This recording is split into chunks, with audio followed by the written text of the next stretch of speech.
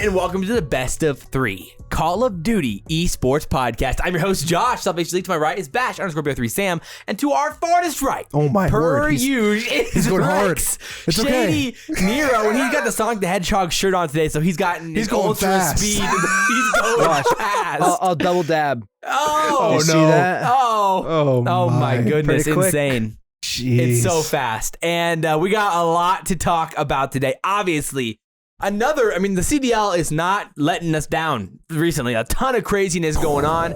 Upsets all over the place. The rookies showing up, showing out. Yeah. And we got predictions to do for the final weekend before the major. We've got to talk about some potential roster changes, some challengers, some massive patch updates for CoD and meta changes as well. What? But before we get into any of that, guys, I've got to ask, what's going on? Well, Josh, I am feeling like a kid who is just in this little sour patch, you know? And it's like, what's a sour patch? Who knows? But I'm like this little blue guy with a little dust on me. I'm like, what's this dust? It kind of hurts. It's kind of like glass. It's kind of cutting into my gummy skin. I'm like, whoa, this is crazy. And all of a sudden, this carrot comes over and it's like, hey, I'm eating you. And then I go right over, like, in the top of its head, like, the leaves are kind of like the mouths. And it's kind of it's a religious experience, really. I mean, wow. Sam, are you the one eating the poor little Sour Patch guy? Summed up right there. I'll tell you what. Hey. Religious. Yeah. Is it as religious for the carrot, though? I mean, that's it could be more of a... Yeah, a festive, you know? It's just kind of a thing. But how you doing, Sam? I'm doing good. Yeah, rocking and rolling. Rocking and rolling. A little less horny for me this week than most. No, I'm always horny for me. Just a little bit less... Yeah. What did you call that? A little less...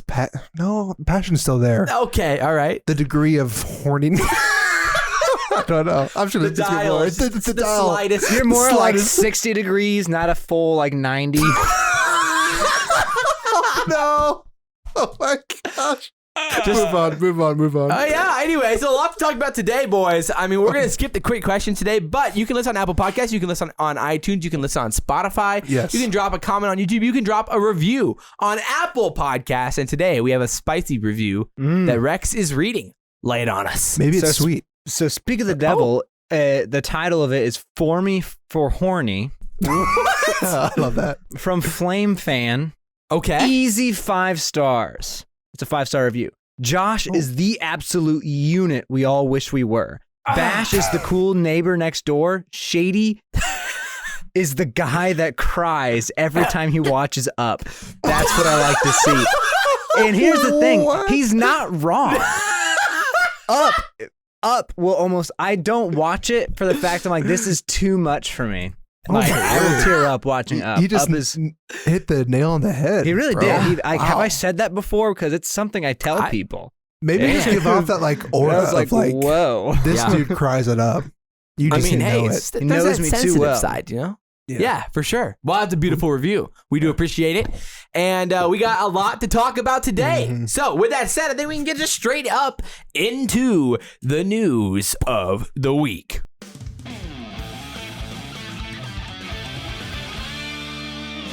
The Call of Duty News of the Week. Yes, sir, baby, you're skirt. But Wait, they need to add that. where should we start? I mean, maybe we should just start with the patch update stuff because there is a ton to talk about there on that side of things. It's not just the Call of Duty realm itself this week, let alone the amount of stuff we have to talk about with the CDL and everything else.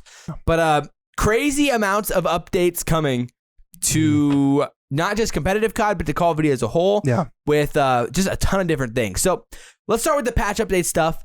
And Sam, do you want to start with the kind of overview of some of the changes that we're getting? Yeah. So in regards to weapon tuning, yes. So there's quite a list here, but it seems like they really focused on recoil. Yeah. So like some important guns. You know? So like sticking to the current meta, Krieg, improved visibility while firing in ADS. Complete tuning and pass on weapon accuracy, weapon movement, and visual clarity while firing with optic attachment. Address instances of weapon feeling floaty, quote unquote, when firing for a prolonged amount of time. Another one of note is the 74U. Reduced accuracy with prolonged firing and reduced muzzle velocity by 23.4%. Yeah, that's interesting. That's significant. I think that's let's significant. talk about Milano as well. Really? Yes. Okay, yeah. And they Milano. buffed the crap out of the Milano. Yeah, so here we go. There are 5 things. Increased mid-range damage by 10%, increased mid-range damage range by 33%, increased sprint out speed by 14.2%, increased race speed by 11%, and slightly increased ADS in speed. Like, so they nerfed the ADS, wow. but besides everything else, it was a lot faster. Yeah. Yeah, it's way dang. faster. That's And interesting. Stronger. I'll be interested to try it out. I mean, my first thought would just before we get into any of the other stuff. Yeah. My first thought with the weapons would be that it'll be interesting to see what the pros decide to do here, because I think there's also a world, because there was also a tuning to the muzzle and under barrel attachments. So they said a complete tuning pass on muzzle and under barrel attachments that affect recoil on assault rifles. Mhm. So that's also interesting as well. So I'll be interested to see how those kind of play out with the weapons, but I'm wondering with the 74U, what do you think is more likely? I want to hear your guys' opinion here. Do you think it's more likely that we get the maybe some of the barrels un-GA'd, like the VDV reinforced barrel, where it increases the range and things like that, and you un-GA the muzzle brake and stuff? What do you think is more likely, that or that we might try a different gun? Because right now we were literally self-nerfing the 74U already. Well, I think it's going to be nobody's going to use the AK-74U. Milano will get GA'd, and everyone will use an MP5. Ooh, Really? That's a spicy take. That's a spicy meatball. Really? Interesting. I mean, if Milan, depends how strong the Milano ends up being, but the Milano looks like it's going to be really strong. I mean, in the beta, it was insane. It was insane. I do remember that. Yeah. For me, I feel like there's no way they give up the 74U, so I think they just un-GA the barrel attachments, and then they make it where you can put The all muzzle's back on, maybe. all the or- attachments, but then like it's just reduced the the bullet velocity, and some so of the like, recoil. maybe with everything back on with this nerf, it becomes more of a not OP at range gun, and maybe it's fine. Right. You know what I mean? We've never had a situation in COD history where we're self-nerfing a gun but still using it. I know, like it's weird. the COD was literally purposefully nerfing the MP5 or the 74Us. I don't know. I think it's more likely, I'm definitely on your side, Sam Ward. I think it's a little bit more likely that the pros just kind of stick with the 74U, but the idea of having the Milano is definitely fun. I don't know. Side note, did they buff the KSP? Thing is already dumb. What? I don't understand Stick that. speed and reduced burst delay by 20%. Yeah, they pretty much did buff it. That makes no sense. But yeah, they also nerfed the LC10 for league play folk out there. Thank goodness. They reduced the max damage range by 41%. So like That's a lot. the 4 bullet kill range or whatever Yeah. is much worse now, which needed to happen. And mid range damage, we'll see. Hopefully that's enough of a nerf. I don't know. It's also just they didn't affect the recoil at all. But like it was a laser in itself, so I don't know. We'll see. I'm not convinced that's gonna completely ruin it. Well, here, but- no, at the bottom, attachments, complete tuning pass on muzzle and underbarrel attachments that affect recoil in SMGs. Yeah. So, the does that SMGs mean are getting worse recoil now, even if you put Well, it could muzzle be- and underbarrel on? could be either way. It's Yeah, a I think complete they're just tuning tuning. pass. It's like a complete reworking on how the underbarrel attachments and muzzle actually affect recoil. Yeah. So like this could be a gigantic change with all weapons. Mhm. And it's going to legitimately affect a lot of things, and this is going into this weekend, so it's going to be an extra variable with our prediction. They stay on this patch until stage 3. I'm pretty Oh. sure. I missed that if that's the case, Oh, really? Okay. Yeah, I kind of thought they were going to this one for. because I know they play stay on. on this patch. Because remember, because last one they were playing on Crossroads, but they still had the back hard point on boxes. Yeah, Oh, I that is just I just thought that was because that happened the week before the tournament. the major. Maybe not though. I guess maybe I'm wrong then. I'm not sure. I thought they were going to keep it through the whole stage and then they change it in the next stage. I but- don't know It if could that's be. been decided yet. I'm not exactly sure on that side of things. I don't think anyone's tweeted about that on that side of things yet. At least I didn't see it before we started recording. But if I see that while we're recording, I'll make sure to bring it up. But It would be interesting. Yeah, either way, I think that's going to be really, really interesting. I mean, would you imagine that? I mean, that means the Krig's still going to be the main AR. Yeah. No QBZ touches at all. So No.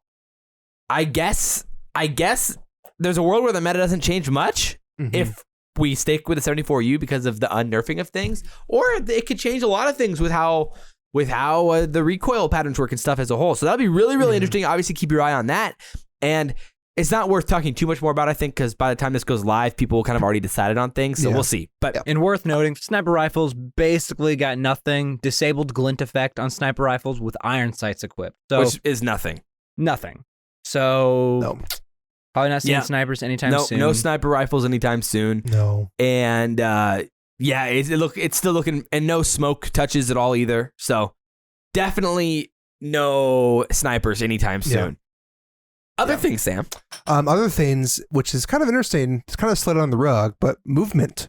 Yes. Slightly reduced speed of changing stances from stand, crouch, The and snaking prone. nerf. So this is the slight snaking nerf, maybe. We'll see. This would be interesting too, because it's like, will this affect like basically like Slide cancels? slide canceling? Because it should. It should, in theory, if you're so that would be interesting. But kind of wonder if this like had something to do with the whole snaking drama, which is interesting. Yeah, for sure. Another thing of note is control. Yeah, this is actually significant. This is interesting.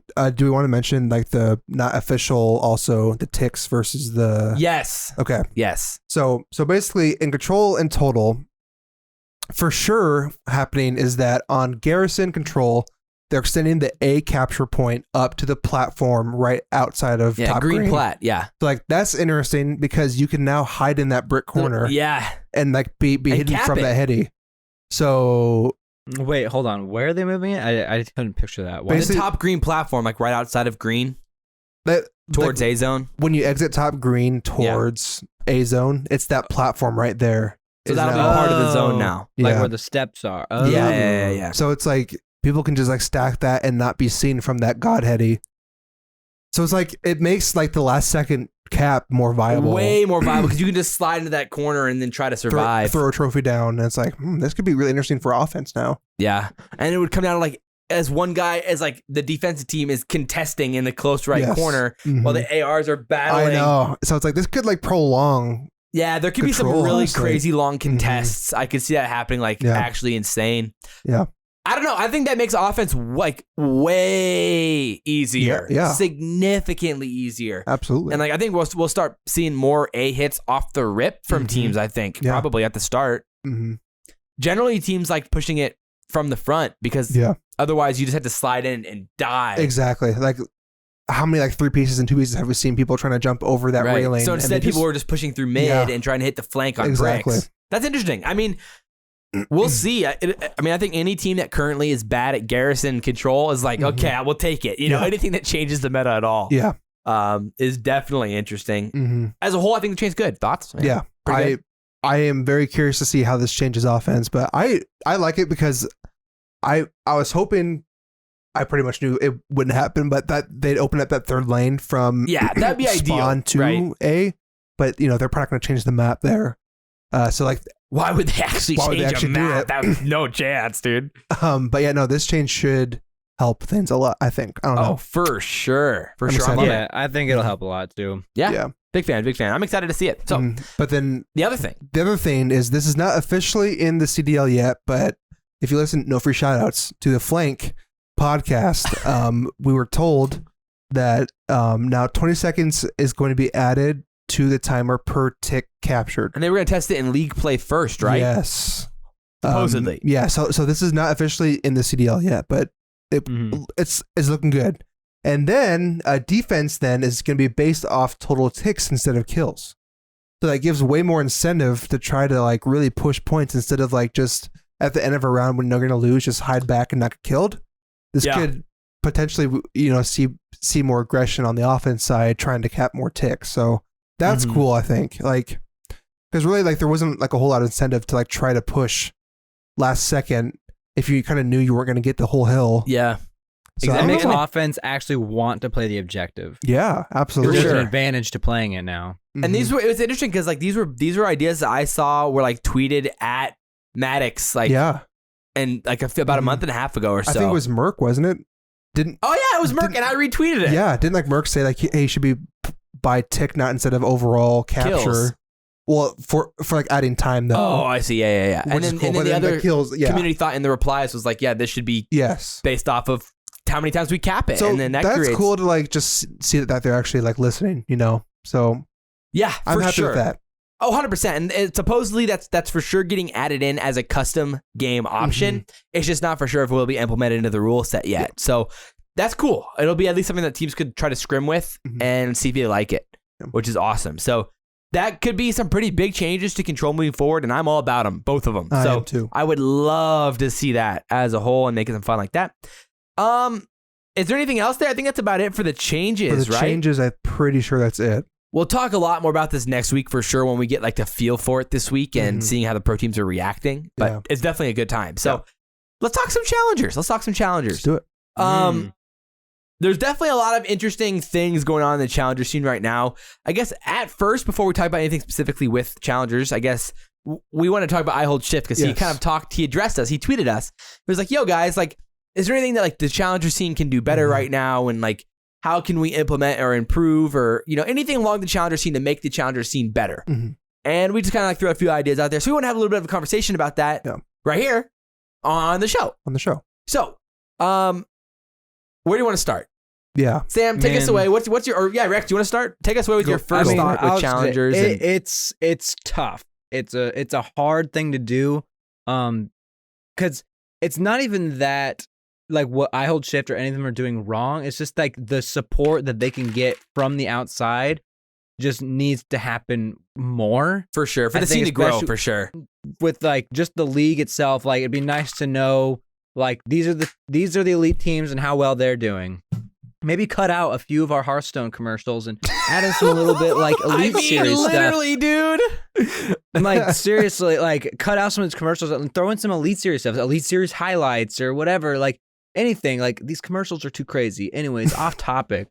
I mean, but bro, oh my word, seriously. They could have like 30 minutes worth of literally just having I Hold Shift and some of the guys come on and talk about challenger stuff, which would be infinitely better than anything else that they're showing us. Then the dragon commercial. Than dragons and they can even lay over overlays on them talking about it. Oh, I'll absolutely. watch a dragons commercial while listening to I Hold Shift talk about challengers. Yeah. But like, bro, seriously, it's just 100%. the same commercials every single time. Over. I know. And then Like they it's not replay- even we're getting like a variety like you do like if you're watching TV. It's Or like like- a variety of commercials. It's like this is just There's no the variety. same, It's the same. exact same Like, how three many- commercials. Dude, think about how many times in your life or this year, in the next 5 months, you're going to watch Dallas Empire intro video. Mhm.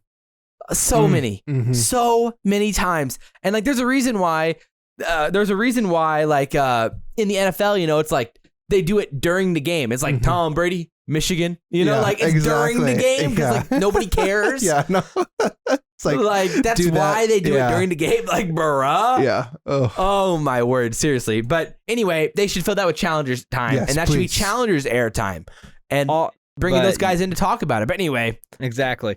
Also, talking about like, if you could somehow, like, this just can't happen either because it needs teams that will also support their Challengers League and kind of like promote it more.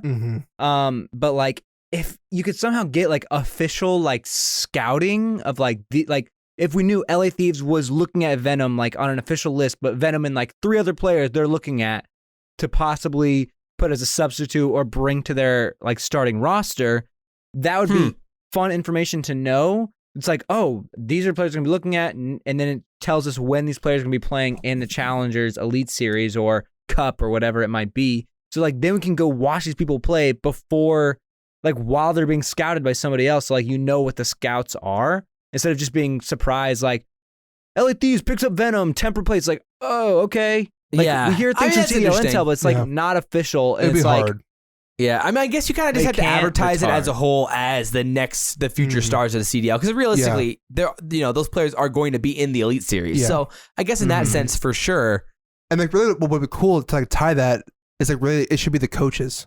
Like it should be like Nubsy. It should be like Sender, like kind of like coming on and like kind of talking about what they look for, who they're looking, or like again, like you don't want to give who looks good right now. Like who looks good, like who you should be watching. Like imagine in between the CDL, like in between matches or whatever, they had segments where like it was I Hold Shift and Brian Saint breaking down the footage from the Challengers Elite Series. Like this is what Easter did really, really well. And like, look at how John played this. Looks like he's ready to go pro. Like he's ready to make his stamp in a CDL. Yeah. Like that would be awesome conversation. Yeah. Cause then it also gives like more of a like job for like coaches too, to like kind of be more like on air talent too. Yeah, it'd be awesome. And like, not saying like they have to be really good on camera, but like just being more like their jobs are more important. For sure. That kind of way too. Most of the they coaches seem more legitimate like if they do stuff like that in people's eyes. Yeah, for sure. I think, and there's like the more personalities that you create in the scene, the better. And like if the coaches have more,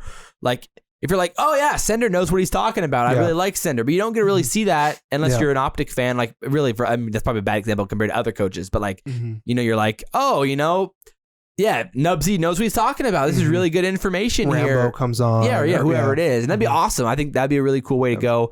But I agree with you, Rex. Like the CDL integration in any type of way into the broadcast, I can't believe it's not happening. It makes no sense. It's like literally both these things are going on at the same time, and like they don't even mention it on the broadcast. It's like it doesn't exist, which is like what? Like what? It doesn't even make sense considering that most of the audience knows a lot of these players in the amateur scene. Considering there's guys like John and Temp and whoever it is, all of the Gen G guys from last year. We'll talk about in a second, and like all that. Like it's just like there's legit pros in the Elite Series, and we're not even mentioning it on the Challengers it'd be or on the sick. broadcast. Like Last Chance University or whatever on Netflix. Yeah, Chance U. Dude, A similar thing with the Challenger teams. Like we follow a team or follow a certain, like let's follow Temp. Like you can literally just start a story with a Challengers player and just like make it like this awesome thing that the CDL like does or somebody does, shift or something. Like find somebody who like, this is going to be the next guy I picked up and just follow him and like just have little interviews, almost like the documentary sort of thing, like following what they're going through in his team, what he's going through. And then once he finally gets his break, which you hope you pick a guy that gets that break, it's like, there's your finale to the whole show of him. That's like, cool. That would be sick. Like whatever happened to like Huntsman podcast? Remember, or not podcast, but like the show. The campaign? Yeah, or I think so. But like they just followed Huntsman last year before. Yeah, the campaign. Like that was like so cool. But then like they didn't do it this year. Nothing else happened. It was COVID. Just, like, I mean, that was unfortunate. Well, yeah, but like do something like that. Well, because apparently Hex like pitched it to like Hex was like pushing to make it happen. Yeah, which of course makes sense. Yeah. But like do something like that. Like you're saying, Rax, with a player, like with in the Challengers scene. Yeah, it'd be so cool. That would be so. Or it's fun. almost like I would say do it with Temp. Honestly, that would be the guy I'd pick. Well, it's like, or maybe you could literally just have interviews with the players. Like it would be really not that hard, Like it's just there's so many ways to integrate it into the CDL. You good over there? I feel like you pulled whatever you're eating right now, Rax, out of your headset. Oh, really? What? That was amazing.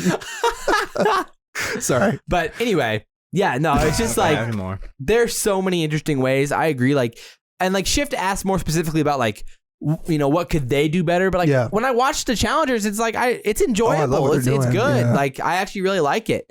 Yeah. The problem is that it just sucks that the CDL isn't hopping on board with it and like really like pushing it for its potential that it could be. I mean, at the same time, like it is a little bit annoying considering like half of the stuff isn't even on the official stream. It's on Shift's own personal channel. You know, it's like that kind of sucks. It's like he's really having to do like a lot of this himself. It seems like him and his team is like having to do a lot of this without much support. Obviously, like that's just an opinion. I don't know exactly what kind of support they're getting, but like Well, yeah, CDL is definitely like minimum effort. At least. Yeah, and like that was my response too. Is like I'm really like you guys are killing it. Like I just like. When I'm trying to catch up on the CDL and like all the games Thursday through Sunday, I just like don't like the scheduling is tough. It's hard. It really is hard to like do that and then also go search for the the Challenger streams too. My thought process is I do wish that the whole Elite Series happened during the bye weeks. So it was like so great. That'd be great. It really would be. Because then That'd it's be like, awesome. give like a 2-week bye week, but then it's like all challengers. So it's like we're Right. getting constant Call of Duty, but then it's Because like you could have all the matches, those 10, Yeah. 12 days right there, like All the from focus Monday there. till Thursday. mhm, I think that'd be pretty great. it'd be cool. I think that'd be kind of the way to go to like help maximize the time and like, because it's like as this podcast is going live, the challengers matches are already started on Tuesday, so it's Yeah. like that's kind of annoying. Kind of crazy. It's like we already yeah. start talking about it, and by the time it goes live, it's already Mhm. started. Yeah. So that's just unfortunate. But Yeah. Any other thoughts there before we talk about just some of the other random challenger stuff? Nothing much. Yeah, I'd say just like overall, just more CDL support would be fantastic. Integration into the stream Yeah. is what it really is about, I think. Obviously, my whole thing is if there was still a way to do some sort of US Open type situation Mhm. where the top 4 teams get into a pool play, make it a 16-team tournament with the Be pros awesome. once a year, one time. So cool. They can have their separate prize pools. They don't have to be the same. They could be no Mhm. prize pool for the AMs. Yeah. That'd be great. It'd be so cool. But they'll never do that. So, because they're the worst. Anyway, other things inside of challengers, I feel like obviously the Elite Series has been going on. The new Wester squad with Temp joining in, Mhm. they've struggled. A little bit. They've struggled. A little bit. Not going great for them. And Mm-hmm. it's been really interesting. As a whole, John squad Easter That's super exciting. 6-1. Sam. Doing well. I am super excited. Again, John's gonna get in. I know it. I feel it. I mean, In my he's heart. been playing well. Like I think there's a legit chance. Mhm. Like I'm telling you, man, he's talented. watching him, you're like, okay, I can see it. Like got a high it's starting ceiling. to come together here. hmm And same with the Fantastic Four squad, which is Dave Patey's Decimate, Drazah, and Sib squads look really, really Mhm. good. There's definitely been some rumors about Sib, all those guys having a chance in the CDL, Yeah. with especially Sib and Decimate have been Mhm. talked a lot about. Decimate's interesting because he had a shot last year as well, Yeah. but Yeah. Sib for sure. I mean, Yeah. I could see that happening. Oh no, yeah. I feel like he was one of the guys like we talked about last whatever year. we do. Yeah, really, it's like him. And he's still doing well this year, so Yeah. that's kind of interesting. The thing they keep hearing about Sib, though, it's like no disrespect to Sib, is like all the pros I hear talk about his personality issues. Yeah, Mm. yeah, that's Which for could be sure. a barrier to entry. That's for sure. He at least from what I don't really know much. I've never really watched any of his stuff or anything, but he does come off a little cocky, like a I deserve to be a pro type. Mhm. I don't know. There's a weird vibe there, but I Mhm. don't really know him at all. So Yeah. maybe I'm just completely wrong. Yeah. But yeah, the E-Star squad is the fellow Gravity, John, and Jerd, my boy Jerd. Jerd. Squad right there. Not Zed. And Jerd. not Zed. And they've looked awesome. Like just watching them, they have really been impressive. And Yeah. they've definitely been a little bit of a surprise to me just because I didn't think they'd come on and look this great. But Yeah, it's kind of like an interesting pairing, honestly. But Yeah. like they've come together really well. So and Subliners Academy's 5-2, and from the Mhm. matches I've watched, Hydra is really freaking good. Jeez. Could you imagine? Ugh, Like legit, really good. yeah, It feels like he's rotting, like on the bench. it's crazy to but like think you that. can't, if you're the Subliners, you can't change I anything. know. What do you do with that? Does a team buy out Hydra? I don't. Maybe the Thieves. It's not the craziest thing. No. I don't know. Do you think that's possible, Rex? Do you think it's possible? Dude, I don't even know if subliners would ever sell. I mean, money talks. But You it know, does talk.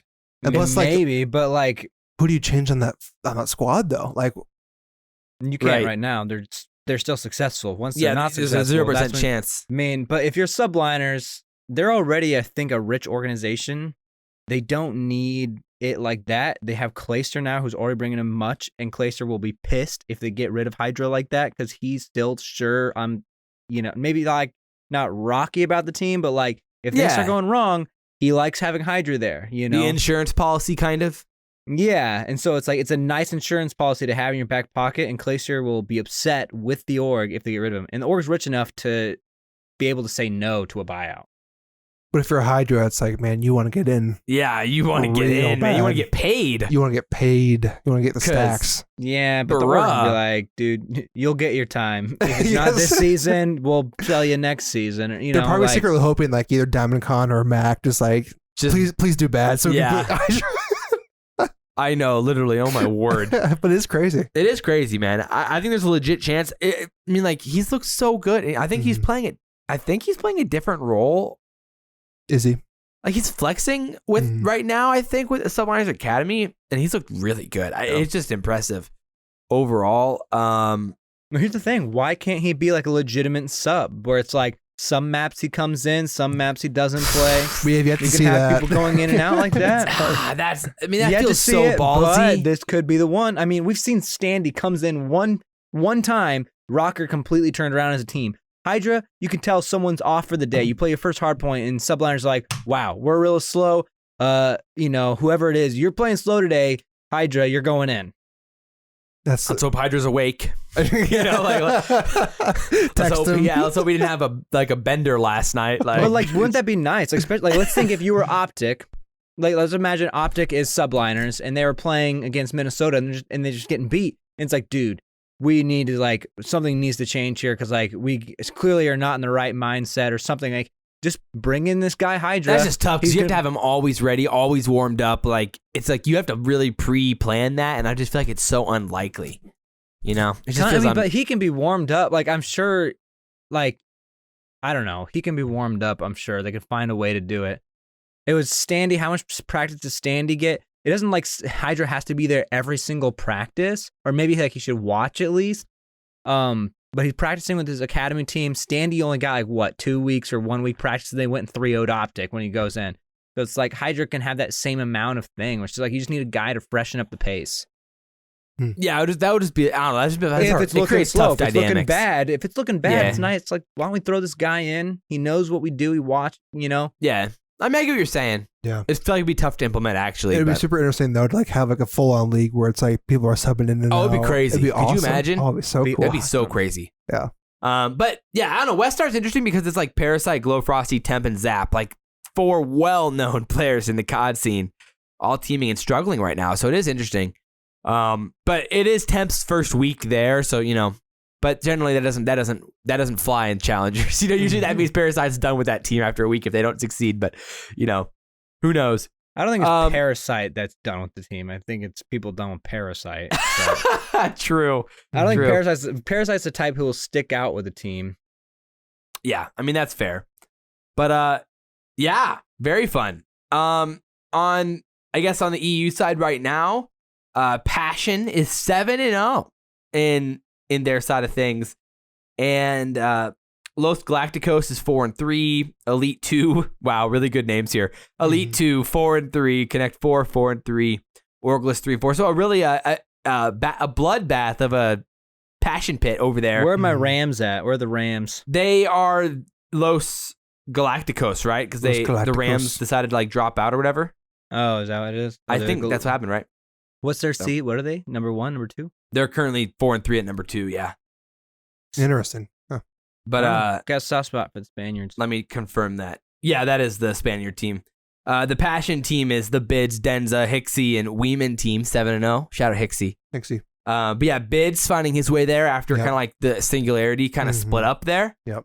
And they've been dominating. So shout out Bids and that squad for making it happen. That's pretty dope as a whole, and they're looking good, man. Things you love to see.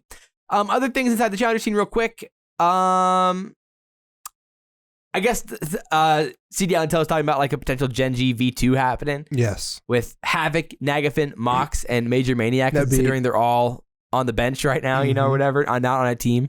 Cool. Who knows? It's possible because who tweeted out something about Gen G? I think it was Mox tweeted out the Gen G logo. Okay. And then tease. Then Envoy tweeted out. Then Mox was like, Envoy, if you want to join, you got to step up your game. Envoy was like, yeah, you're right. Facts, dude. Where is Methods playing right now? What team is he on? I don't think he is he on the team one yet. But while I figure that out, there is no cup this weekend because of Easter. They canceled it. So no amateur COD this weekend because of Easter, and just a weekend off. Considering there's been so many weekends in a row for the challengers scene right now. Absolutely crazy. But besides that, it doesn't look like. Oh, right now, as of last weekend, he played with Drazah, Archives, and Zyral, but I don't know who he's playing with this weekend. Nice. Yeah. Or if I he see played, the potential of him getting on West Star, if I'm being completely honest. That'd be interesting. Oh, in place of Parasite? Yeah, unfortunately. Or Zaptius, maybe? At main AR, but that's interesting. Hell yeah. So, all right, let's talk about, let's go into some reactions and break it down. And we just got to talk about it. So let's get right into it. Let's go. Watch this, guys. Let's go. Trash. Garbage. Trash. Garbage. All right, so we got to talk about these trash garbage you guys are teams. garbage. You're garbage! Sorry. Wow. Sam, oh my word. Possessed by the devil himself. I hope you're okay. I literally felt it, dude. I was like, Let's go, dude. The shame. Oh, wow. Guys, there's the passion we've been waiting to see. That was so much energy, bro. I Time just for to took go out to bed. It's time for me to go to bed. The demon. But my... Look at the white line. Sorry. Yes. But my word. An insane weekend of Call of Duty. I mean, where do we begin? There's so many ways we could go with this. Let's start... Do you want to... Okay, let's start. Do you want to start with OpTic or do you want to start with the rookies? Vote. OpTic. Okay, we're starting with OpTic. This is like, he doesn't even know. There's so much to take in. Wait, I thought we were gonna react from like each matchup, but we're just jumping in with OpTic and rookies. Yeah. Oh, no, I think we're trying to take like the, like the biggest. Yeah, we're going for the juiciest things of the weekend. And then that's why, our whole prediction situation, then we go through all of them match by match. Yeah, second match of the week, OpTic gets 3-0'd. Yeah, I guess we can talk about Standy's debut while we talk about OpTic. Yeah. So, obviously, the Rokkr played OpTic in the second match of the weekend. This was Standy's debut in the CDL. And we're all like, oh, wow. Hopefully, Standy looks okay. Maybe he'll look decent. Maybe he'll look like a decent player. This is going to be a tough weekend for the Rokkr. They're playing OpTic and they're playing Empire, the two of the three best teams in the CDL. This is going to be really tough. No, not for Standy. He dominates. Just eliminating the great teams one by one. Oh my as the Rokkr 3-0 OpTic. Seriously. And they beat Dallas 3-2. So let's start with OpTic side of things here. What went wrong for OpTic this weekend? Oh my word. Underestimating. Is that it? I mean, they were just playing bad Call of Duty. Dude, they were playing bad. Yeah. Bad COD. Uninspired. They know it. We know it. They were Bad playing fundamentals. Yeah. Uninspired COD. No, like there was just nothing. It felt like it was bad. But I mean, they're better than that. That's really what comes down to. I respect Formal for like creating the content. Like on that pre-show, he was like, dude, I kid you not. I was listening to that. I was like, bro, Dude. what are you doing? he was like, I mean, Standy, it's it's not like everyone's gonna be watching, Yeah, literally. Hopefully he plays good. No pressure. He was no like, pressure. like basically not like roasting, but like he's saying like we're gonna beat you guys. Like Hex was like, are you guys worried? Like, do you think Standy's good, or like they're gonna play well? Standy's gonna be good. He's like, yeah, totally, sure. No pressure. And like just kind of making a joke about it, but like, bruh, and then they get backfired. destroyed. 3 raids. 3 raids and 3 fat L's. Obviously, on the first one, OpTic was winning, and then it basically came down to Awakening going on a streak, getting streaks at the end of the game on the basketball hill on the second rotation. And Big Wake taking over the game, getting the streaks, basically closing out OpTic there, and like a really bad push from OpTic on that basketball hill as a whole. They get 4-pieced, and it was just like, what? It's like, I don't know. I guess I want to hear what you guys are saying. I do agree to an extent, Rex, with you saying like a lack of like respect for the opposition. And like this has been a theme for OpTic teams. It's like when they play against teams that they just think they're going to beat, it just doesn't go their way. Like horribly. Well, the thing is, OpTic is lacking a sense of purpose. I feel like urgency. Like I think it's purpose. They don't know what they're gunning for here. Like. It's like they want to make it a chance, but like, do they really want to make it? Like, they have all the clout, they have all the fans, they have everything, all the money.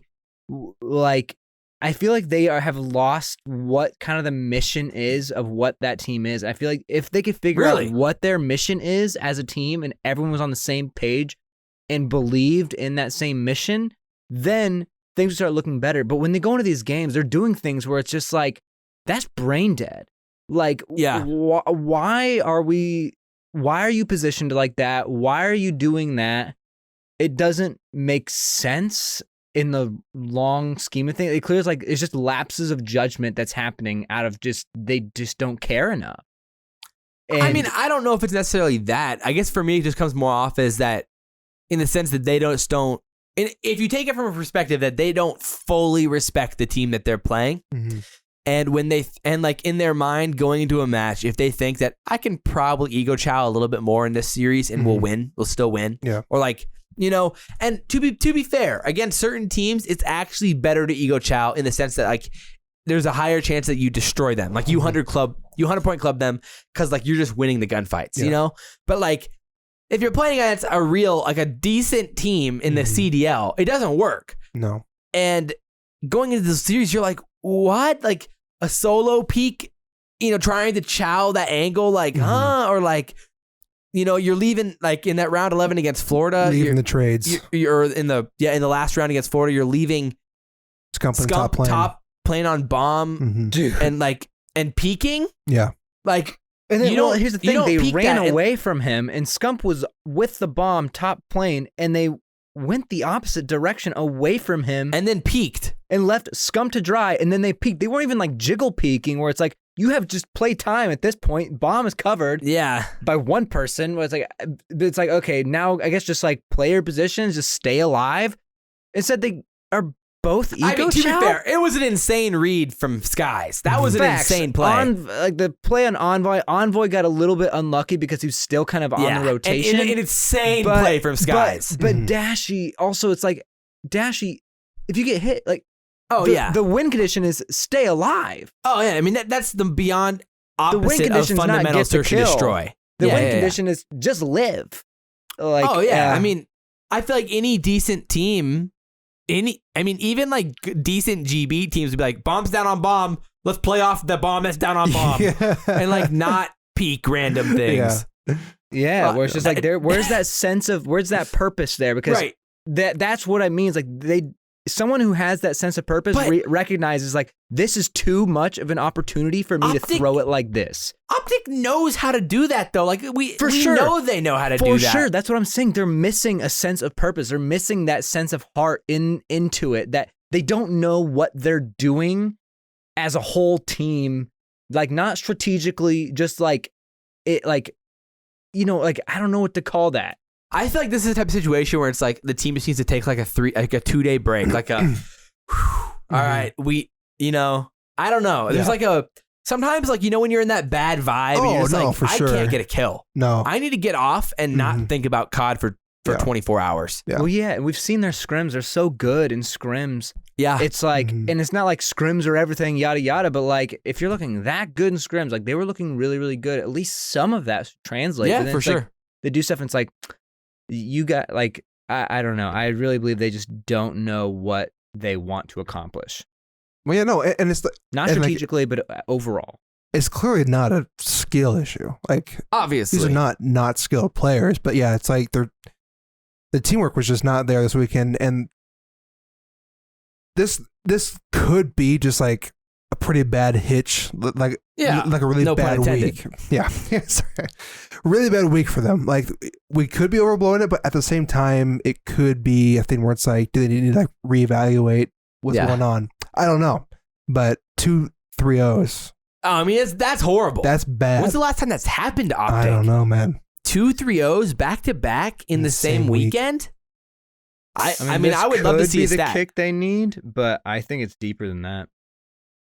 I don't know, man. But like the 4th place finish at Major should have been the kick they needed, but then getting 3-0'd by Clay and you know that squad, like you'd be like, okay, we should get back to the drawing board here. But then they get 3-0'd twice. So it's just so crazy. Like this team peaks when they beat, you know, they beat New York in the first round 3-0, and it's like, oh, we're the best team alive. Yeah. And then they get 3-0'd by New York after losing to Dallas, and then they beat Paris in their first match of the groups 3-1. Yeah.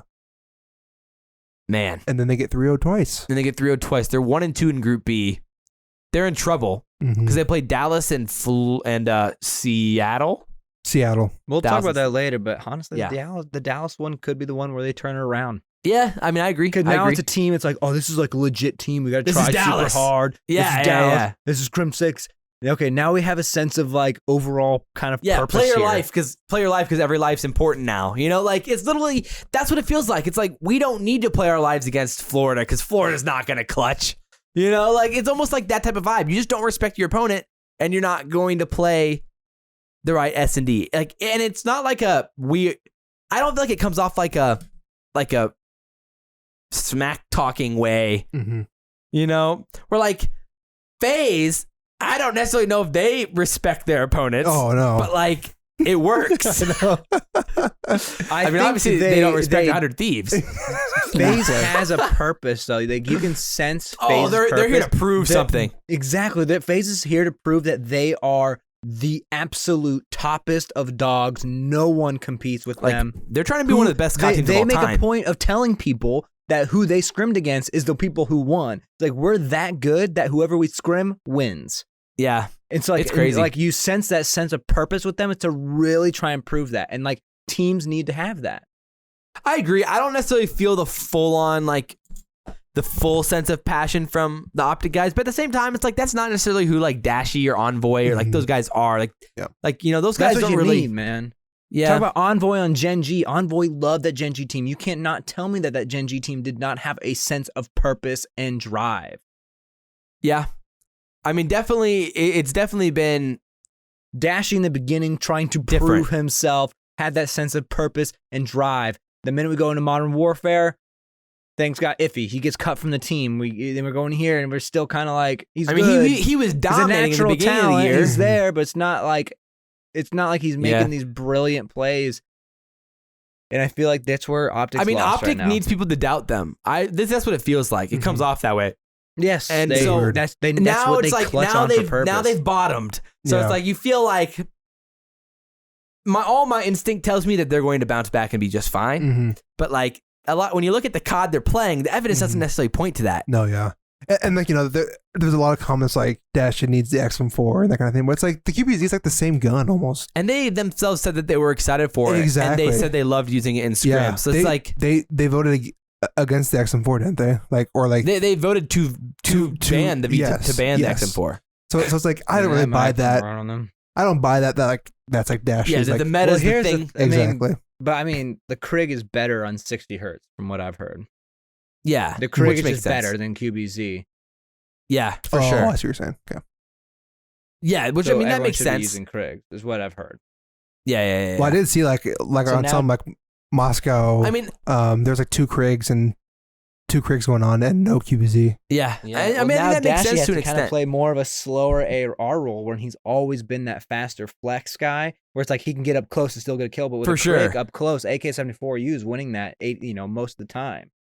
Yeah, I agree. So, I like, think there's a Dashy's world maybe where not used to that. Maybe they kind of screwed themselves with the XM4 ban. Who knows? maybe he'll love the Milano. I don't know. We'll see. We'll see. You know, that's Really the interesting. thing. Yeah. Maybe they go 3 SMGs with the Milano. until they GA the Milano. Well, we know that the Envoy loves the Milano. Yeah. So who knows, Mhm. man?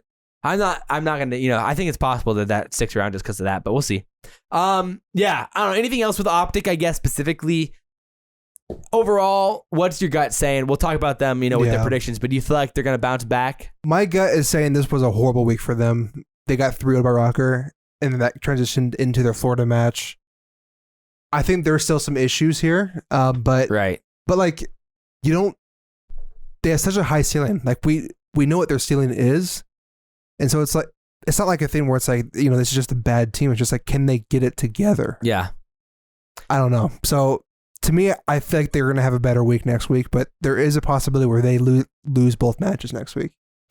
I mean, Seattle and That would be Dallas. so crazy. You know what I mean? Like they could be 1-4. If they lost to Seattle too, oh That my would be goodness. insane. Yeah, Rex thoughts. Just Down real bad. quick, is OpTic bouncing back? We'll talk about it more later. I mean, it comes down to the Empire matchup. Who has a higher sense of purpose going into that is who's going to win that. The sense of Sense of purpose. My feeling is OpTic Jesus. will win, but then OpTic, He'll win. And then if they win that, they'll probably beat Seattle. So OpTic will bounce, but I'm not confident it'll stick around. Okay, that's good. All right. Now let's talk some rookie debuts because there are some juicy ones to talk about. My Obviously, word. Standy's debut, obviously Venom's debut, and we're learning more about Paulehx, about Insight. Yeah. And there's some dang good players here, man. There's some dang good players here. So It is wild. obviously the Rokkr 3-0'd OpTic, and then they go on and they beat Dallas 3-2 in a crazy match. So overall, just pretty wild. Thoughts on Standy as a whole and this Minnesota Rokkr team, because they looked legit. Right? Rex, thoughts? Standy, clearly a great player. His engagement we talked about the control where he had 40 deaths. Like an insane amount of engagements and 7k damage, which is just nuts. Oh yeah. But that's kind of what people are saying is kind of what they needed, but still 40 deaths is quite a lot. Yeah. Maybe more than what you would like. But still he was kind of like that go button that maybe, Oh my word. you know, Dude, but Rokkr was lacking. against OpTic, he looked incredible. yeah, but And OpTic I mean, was he not didn't play playing as great OpTic against CoD. Dallas. He didn't play as great against Dallas, but like, nonetheless, I think he still looked very, very good. Oh yeah. And I mean, I can't even count the OpTic one. Like I'm saying, OpTic was not the OpTic they can be. no, for sure. But like from the Rokkr standpoint as a whole, it's like every single one of them played better. It's like they unlocked that move. So we were talking unlocked about the Rokkr. Priesta upside, and like Priesta played incredible. Incredible. Like you moved him to a position where he's freed up. Yeah. Like people forget about Priesta because he was locked in a box, man. Like Apparently. his ceiling was so much lower because of what was playing. Well, and Standy really loves doing a lot of that OBJ stuff too, Yeah. and like doing the support stuff. And like he talked about how he likes shooting the trophies and doing all that type of stuff too. Yeah. And so that frees up a little bit of those jobs that Priesta was the one doing before too. Yeah. And so you kind of spread out those jobs a little bit more. Mm-hmm. I think it's just like it felt like Attach loved playing with Standy there. Like they were legit duoing at points on those raids and looked really, really good. Mm-hmm. And like even accuracy had some incredible moments. He had the ace on Moscow against Dallas, and True. Yeah. it was just an impressive showing from the Rokkr. Like, okay, Sam, in your opinion, do you think the Rokkr are here to stay? Oh yeah, absolutely. I feel like I can say that I was still really high on Priesta even when they were back. 'Cause, I knew you knew Priesta was there's something wrong there. There was some inherent role issue. So I think even just say Standy isn't this hot all season long, Nasty, right? yeah, he's just good. The fact that Priesta is now in a role where he can do what he can do, I think that in and of itself makes Rokkr just a better team overall. And then just the faster SMG to play with Attach, because Priesta just wasn't doing it. No, yeah, because you could tell he didn't want to, he wasn't comfortable in that role. Yeah, So my personal opinion, I think this is Rokkr's here to stay. I agree, for sure. Rex. Yeah, I think Rokkr's is going to be a lot better now. I think Standy gave them that breath of fresh air, and really kind of kicked them into that gear. That they're here to win now. Instead of trying to regain, they're now here to win, which I think is big for their psyche as a team, and I think it will carry forward. Yeah, man, I'm excited about it. Like, it's going to be fun watching the Rokkr move forward with this team. I think just the roles feel so good, and we talked about that last week with having the Slayer, the support player, the Flex Slayer, and then the main AR. Now they're in a really good spot. I know. And it's what LA Thieves hopes to one day get to. So let's talk LA Thieves. Venom came in for temp, and boy, oh boy, it did not work. No. It was bad, man. It was really bad. Oh my word. They played against the Ravens, and they lost 3-1 to the Ravens, and Paulehx looked awesome in that series as well. Venom and Paulehx, ex-teammates. Ex-teammates, yep.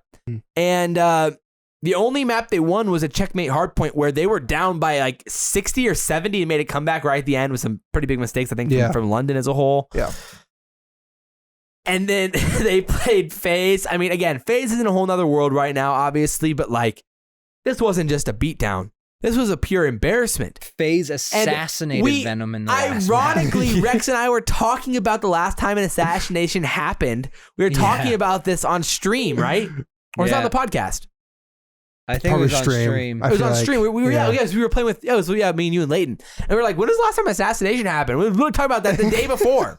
It's Sure And enough. then, I was like, I think FaZe is the last one to do it. And then so happens, here you go. FaZe is out here assassinating the Thieves on Control on Checkmate, and it's Venom so bad too. for Venom. Venom was like crouch walking was. around the Dude, corner. Bro, you know that's clip- going to happen too. Oh. And Like, he's the come last on. man alive. I'm like, bro, don't crouch walk. Like The clip too was like him just like sneaking up. And it was it's so assassinated. sad. It There was so 7, sad. like you knew they were going to do it. There were 17 I lives know, left. yeah. V1, they were going to do it. Yeah. Like if I'm Venom, I'm sprinting for the edge of the map. I'm literally just like killing myself. Well, I literally am just going psycho mode, like just like, just yeah, shit everywhere. 100%. Literally. It's actually crazy. literally But turning funny- my back into like the wall, like Yeah. just backing up Like into a corner, like zombies. try now. like all 4 players just like walking up Yeah. towards you. like no. yeah, literally. Funny but- enough, our poll last week, Venom was the most voted player as who will have the He best was. season. And we all said Standy. We did. Because So what- everyone who's was the- so who- high about the 100 Thieves? Intelligent. Irrelevant. Stamped irrelevant. Irrelevant. No, but yeah, I mean, thoughts on Venom. Is there hope for this? Let's start with that question. Is there hope for the LA Thieves with No. this core of 4? Not this 4. I think there's hope for Venom. Well, Okay. So I'm of the opinion that one of the 3 needs to go. Now? Yeah. But by the might end of as this. well do it now. Oh, really? I Okay, think- so wait, Rex, where are you at this? So, I mean, Because like clearly Venom. is going to be and a the squad. grower, not a shower, right? So Venom is like Venom is not. Absolutely. Standy was like Standy was Absolutely. immediately, great. And sometimes you get your rookies to do that, but sometimes you have rookies who have to What? grow into it. Venom's a guy who has to grow into it, and I think he can. Like he wasn't terrible, but he did what he needed to do, and he could possibly play better. But if you want to get results now, which you might need if you want to get some good seeding, Take this pill. I have never heard that. I've never heard that correlation before. Clearly, is a grower, not a shower. Oh, no. it's Oh my true though. gosh, that's amazing. Oh, man. I don't know, man. I think TJ needs to be subbed out. Tish? I do. There's a mentality problem on that team. Not even that though. I think it's just There's no good option here, is there? I don't know. 'Cause, I mean, the what do you- likely what do you- thing first of all, is what do you Venom's think- going to go out. That's what do you my think opinion. they're going to do, first of all? Are they going to play it out through the stage at least? I'd imagine so, right? They're gonna play out through the stage for sure. Yeah. You do need more data, obviously, but They played 2 matches, and one of They them played was 2 against matches. FaZe. One yeah. against FaZe, which you can't count, so they play out through the stage. But man, if it's the same thing, I think It was so bad. you sub out one of the core 3, and it's not gonna be Slasher. It's not going to be Kenny. It's not gonna be Kenny. It's gonna be TJ. I'm just saying. Like, Yeah, You know? I do agree when it comes to like the mentality of a team, and Tish is the most low key, like chill, like he just doesn't get hyped. Where's like his this team- drive? That's what I'm saying. This team needs some energy. They need Yes. something, man. Who do Yes. you bring in though? I mean, I know some people are gonna say John, but is that the play? John's low key. I kind of feel like John could be the guy. Honestly, John would fit into 100 Thieves really, really well. you just And have it John and fits Venom their play off each other. brand. He's best friends with these guys. It fits into the whole branding of 100 Thieves. They might get better depending on how good John is. And John will have that drive, I think. John's Would you a rather- character who will. Like, he always plays as best he can and doesn't, I don't think he gets lazy. Yeah, I mean, it would be an interesting duo, like Venom and John. Hydra would make so much sense. Hydra make a lot of sense though. He would make It a lot of really would. sense. No chance. No Hydra chance. I agree, no chance, but it would make a lot of sense. It'd be cool. The Sib, Hydra is I do already think on Sib, a contract. Sib, so Sib would make sense. him and Slasher could have some I agree. major fights. I agree. Like, there's potential for major drama to come out of that. Yeah, so that would be, you have to work a deal with FaZe then. Yeah. Is there a world for a trade? Is there a trade that could work? Honestly, dude, Tej, though? Maybe Drazah. Major Maniac. I don't even know. Honestly, Is there a world where you just bring in Drazah for Tej? Again. Ag- It's just Well, I like guess it wasn't for Tej. yeah, not for Tej, but I don't know. I thought you need like just with Venom, just another crazy Methods for Slasher? But like, I just don't see, Mud Dog and JCap. Are they really gonna bench Slasher? That doesn't feel like Here's the doesn't thing: feel they don't possible. know how. They do not know how to bench the other 3 players. They're friends with those guys. Those guys are in, especially TJ and especially Slasher. If anything, Kenny's the more odd one out of Except that he core ain't getting 3. benched. But yeah. Kenny ain't getting benched. Kenny's been good. Kenny's been all right. Yeah. My personal opinion, what's likely to happen is that Venom gets benched and they get somebody else to try and Really? make You this work. think? But That's Venom, my opinion. Venom was. I think it's the wrong choice to make. Why'd I they hope sign- they take TJ, but do you think why did? And now that as far TJ's as we know, bad. Venom signed an official substitute contract. It wasn't like a 2-weeker like what Parasite signed. Pretty sure it was. So it's like yeah. you're kind of stuck with that. I don't know, man. It's like they have the cash, and I know an 8-shot's not going to be willing to be a bottom feeding team for long. No way. They're going to keep making changes until it works. Yeah. And so it's interesting is, okay, so do you think Tej is more, what do you think is more likely to happen? Tej or Venom? More Tej. likely. Oh, Venom. Do you think Venom, Rex?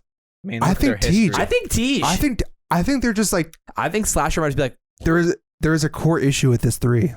Venom's, Shoot, I could see it happening though, where just like Venom, it's not working, bench him. But like, if you think back to like, when has this team, I mean, the last time If they were Venom great was had a obviously, great showing, I would say Tej, but Venom didn't even Venom was all right, but he didn't. I mean, he wasn't good.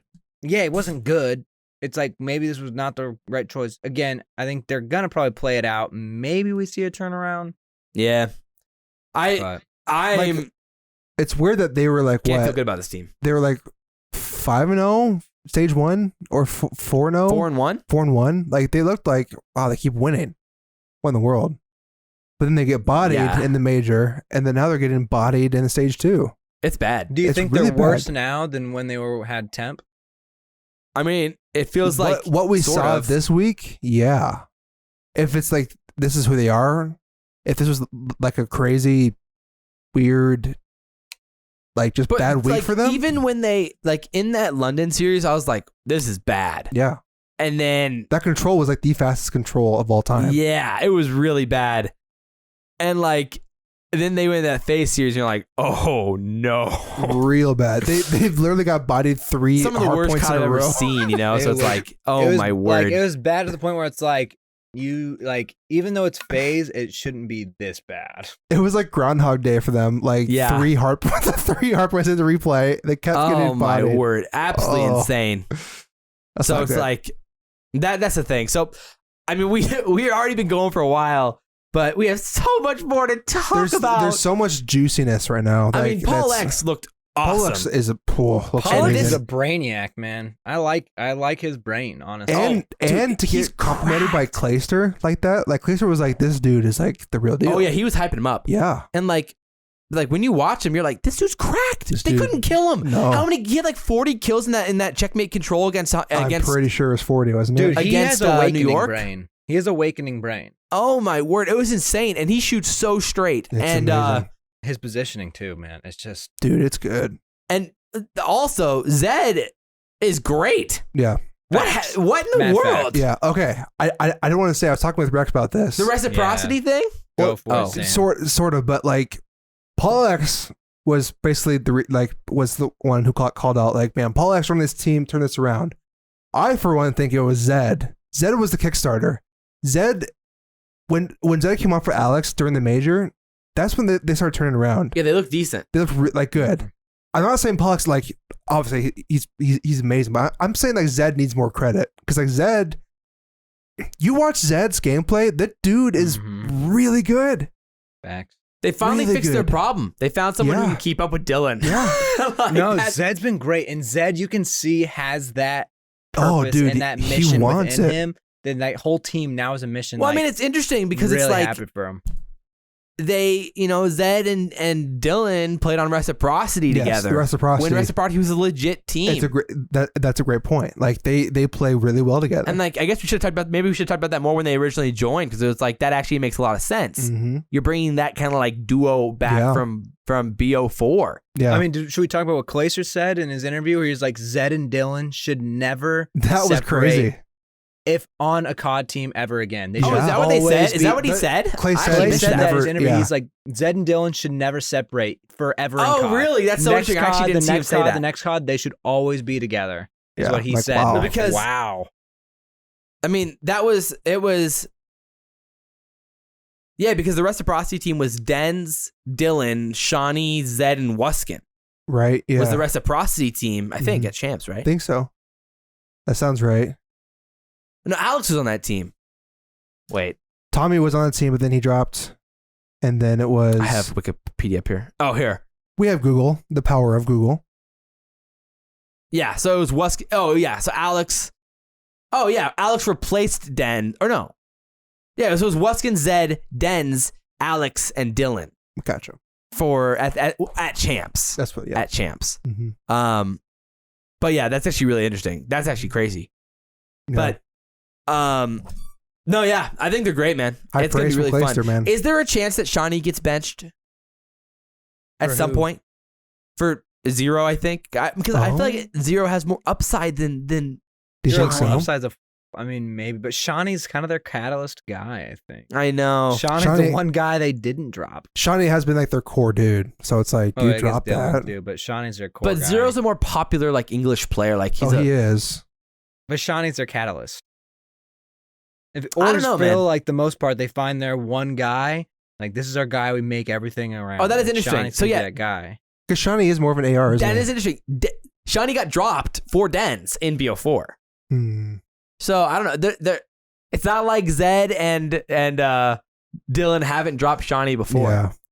Yeah. That's weird, yeah, because I keep thinking of Zero as a sub because he played sub on New York. Yeah, but then he was flexing for But a he while. was flexing. That is really interesting. And then the last guy is inside as well for the rookies that we need to talk about. Yeah. He looks pretty good too, man. looks good. Like the Ultra, they beat LAG 3-2. Yeah. And That was it, wasn't it? That was the only game. yeah. Ultra and- slowed down, I think. Insight was Yeah. good, but they slowed down as a team. I mean, it doesn't feel like they have the upside right now. I think they could still make another roster change at some point. Mhm. Me too. Bance played better this time around, Yeah. for sure. It's tough though. It's tough. I think I could see another roster change at some Yeah. point for them. Yeah, it just seems like it just wasn't the main AR issue. It just the subs for sure. And so, yeah, I can see it. Hydra. Hydra, man. Hydra needs to be playing. That's what we're saying. Hydra is staying on the subline. I know. It's tough. But okay, if we don't get into these predictions, we are never, ever going to finish this podcast. So Going without further forever. ado, let's get right into these predictions and talk some Call of Duty. Let's go.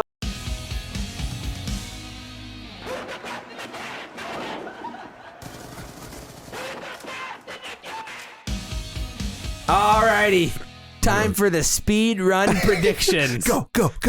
So, first match of the day, before we talk anything else, again, we'll try to talk a little bit more about the teams that we didn't already talk about, I guess, Yeah. and like just go from there.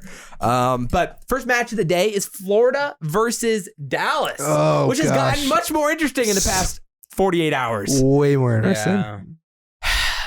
Oh. It's one thing about Florida is that like it's so interesting that how good Slacked has been in control. Slacked has been so good in control consistently, but like he hasn't been good for the most part in hardpoint, which is just a really interesting like comparison. I'm not sure why that is. In my head, it makes sense that like in control, you know, you always know where the other team's spawning. It's so much easier to know spawns. It's easier to kind of anticipate in control to understand where the opposing team's coming from. Yeah. Like, at least for me, control just feels just the ounce bit slower than hardpoint, and I feel like I'm significantly better at control than I am at hardpoint because I can process stuff a little bit faster. I'm always wondering on a whole nother speed. Like I'm in like go-kart races, he's in NASCAR pro level, but like that maybe that's why. But you know, inside of control, Slack's been awesome. We saw that against Chicago. Mhm. Yeah. Where are your thoughts at with this matchup? though? Rex, lead the way. It's tough, like, because Florida has a lot of individual talent and they have Awakening.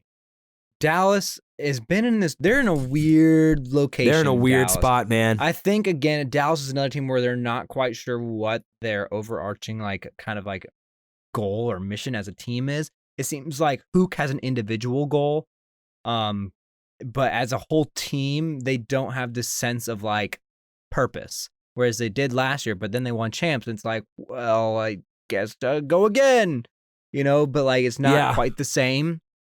So I feel like they're kind of missing that spark.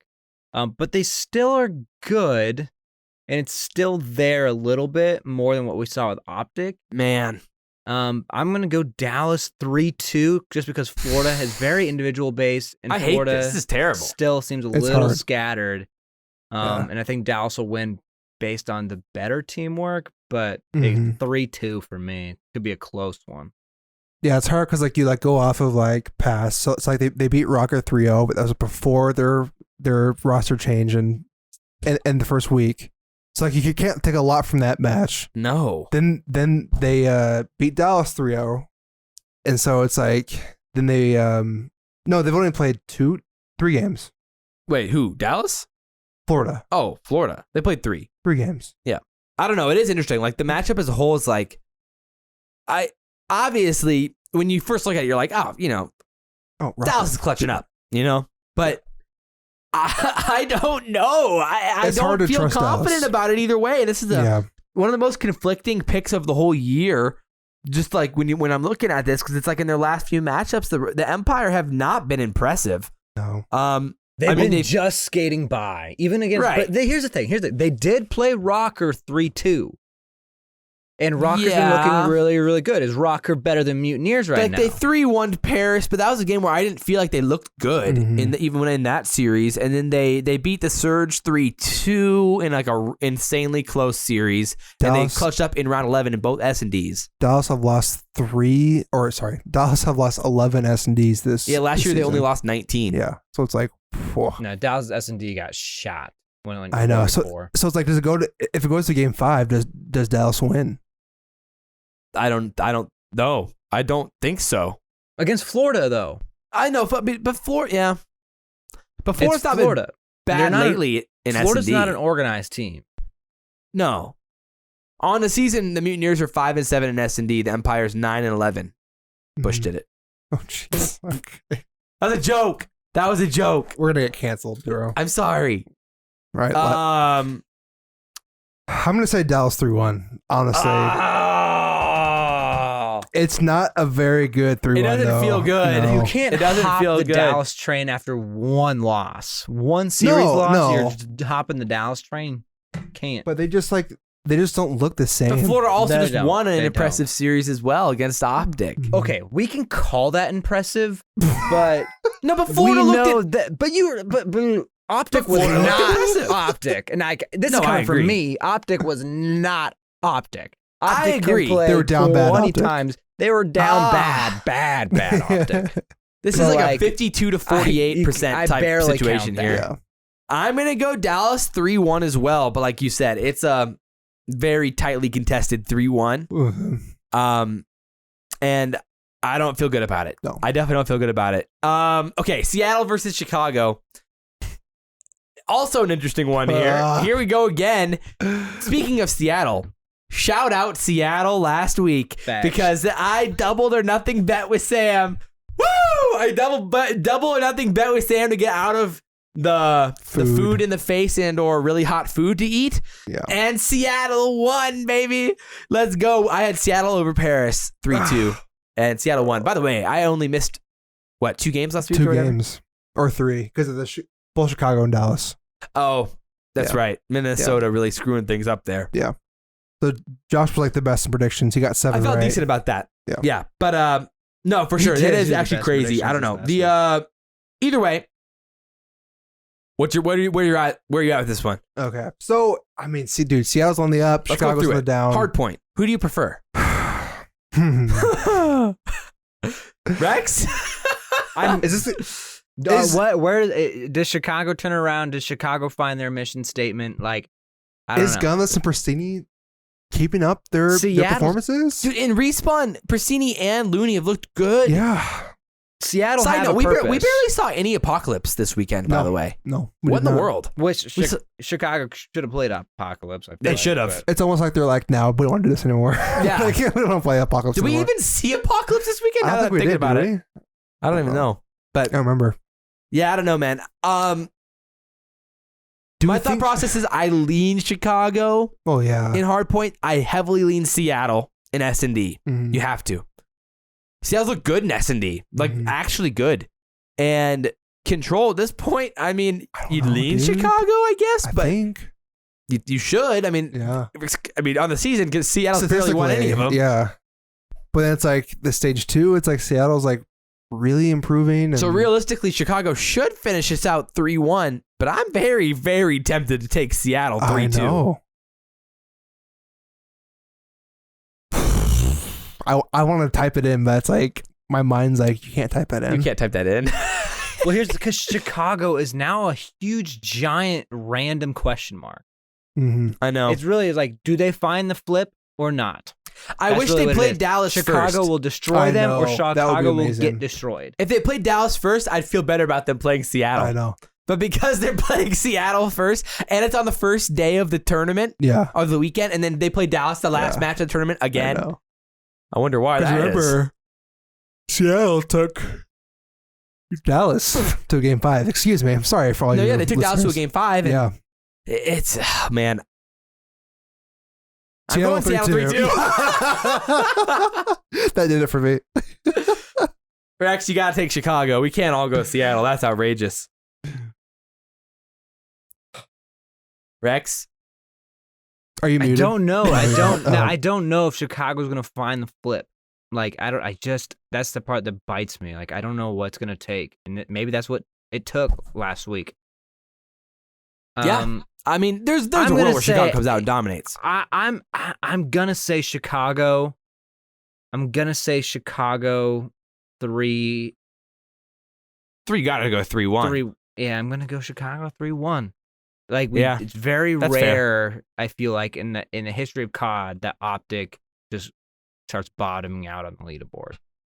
3 straight losses. I mean, we're predicting 3 straight losses for Optic. I know. And that's losing to Seattle. Mm-hmm. That's tough. Ouch. Yeah, we'll see. I literally feel better about Chicago versus Dallas than I do against Seattle. Mm-hmm. And Which it's just is straight up weird. a mental thing. Yeah, it is. It is. Yeah, exactly. I agree. It's crazy. Even though if Dallas played Seattle in a rematch, I'd probably take Dallas in a I rematch. know. I don't know. But all right, London versus Toronto, another interesting one. But I feel like off the rip, I'm thinking London. I have a lot of faith in this team now. I feel like London 3-0. I'm 3-0. going London I think it's gonna be- 3-1. This could be a hot 3-0, it could be a boys. 3-0, Could. but I'm going to go London 3-1. I'm going London 3-1. I am high on the London train. Man, high on some Royal High- Ravens. High on some flying Raven. high. Flying Yeah. real high. Yeah. I don't know, man. Paulehx, I mean, dude. Ultra didn't look bad though. They looked fine. No. They look good. Like 3-1. That is bold. All right. You may as well predict LAG to win. I don't know. I feel like if there's a team that's gonna get that one map off phase, They've for lost some 5 straight, reason, bro. we've it already seems just like- moved on, by the way. feels That was like the worst LAG, transition in our Oh, I podcast know. history. FaZe versus LAG. Because Rex already wrote ATL 3-1 in there, but this is obvious. 3-0. I mean, You how think the LAG F can does put ATL on? lose? No. How does Atlanta lose? I don't know. I mean, they might 3-0, but that will be 9 maps in a row with no losses. And LAG is that type of team where They're it's on like a 5-game losing streak. LAG has that technicality of COD that like they didn't even talk about might that be yet. able to What's swing a weird? map. Yeah, sorry, we're kind of all over the place, but like, what's weird is LAG is 5-game losing streak, right? We forgot to talk about that in our breakdown. Yeah, Frick. it's hard. Let's talk about LAG for like 3 minutes. Yeah, so I mean, LAG needs to make a roster change, right? They have to. They won't. They won't? you don't think Well, so? they are cheapskates, and their academy team is already full. Yeah, That's tough. No shot. They make a change. it's like they wouldn't change Vivid. So LAG's gonna be Paris last year. Probably, They need to make a roster change the whole year, and they never do. maybe. LAG, it's like they have it's like a feigned purpose. Like, it's like they almost have a purpose and they feel like they have a purpose, but it's just not quite. I wouldn't give up They're Assault hard stuck on certain Vivid. ideas, you know. I would change either Silly The problem is, or Apathy. on their own, like Assault, Silly, and Apathy, Mhm. like they could all go play where Slacked is right now and maybe even be better than Slacked. Mhm. Like, the problem is, if those guys are your lead slayers, you have no chance against the phases of the world. Mhm. No chance. Like, imagine LAG playing Atlanta in a 9-game grand final. Like, Yeah. there's a 0% chance they win. Mhm. You know, so it's like you have to bake in some upside with your roster. And I love Apathy. I Mhm. love Apathy, but you need a guy more upside at this point. Mhm. Or Hydra. you need to sub out Assault and have a chance for a higher slaying AR. Like, True.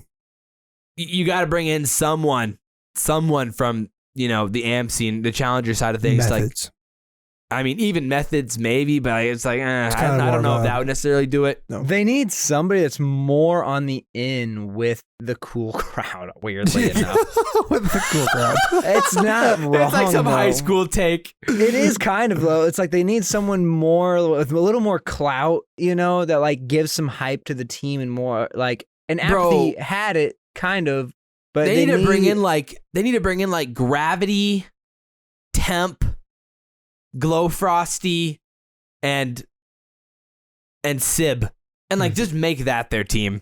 I don't think Just so. a huge change. Something weird like that. Like I don't know, bro.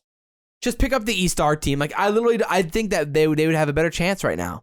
They Maybe need a not much player more. who can bring them a more like excitement. I think is what they. Has Vivid though really greatly disappointed you? Like, to me, Vivid Not- isn't like, he's been It's solid. fine. He's not a yeah. disappointment. That's the thing. They're all fine. Yeah, that's what I'm saying. They're all Nobody's fine. exciting.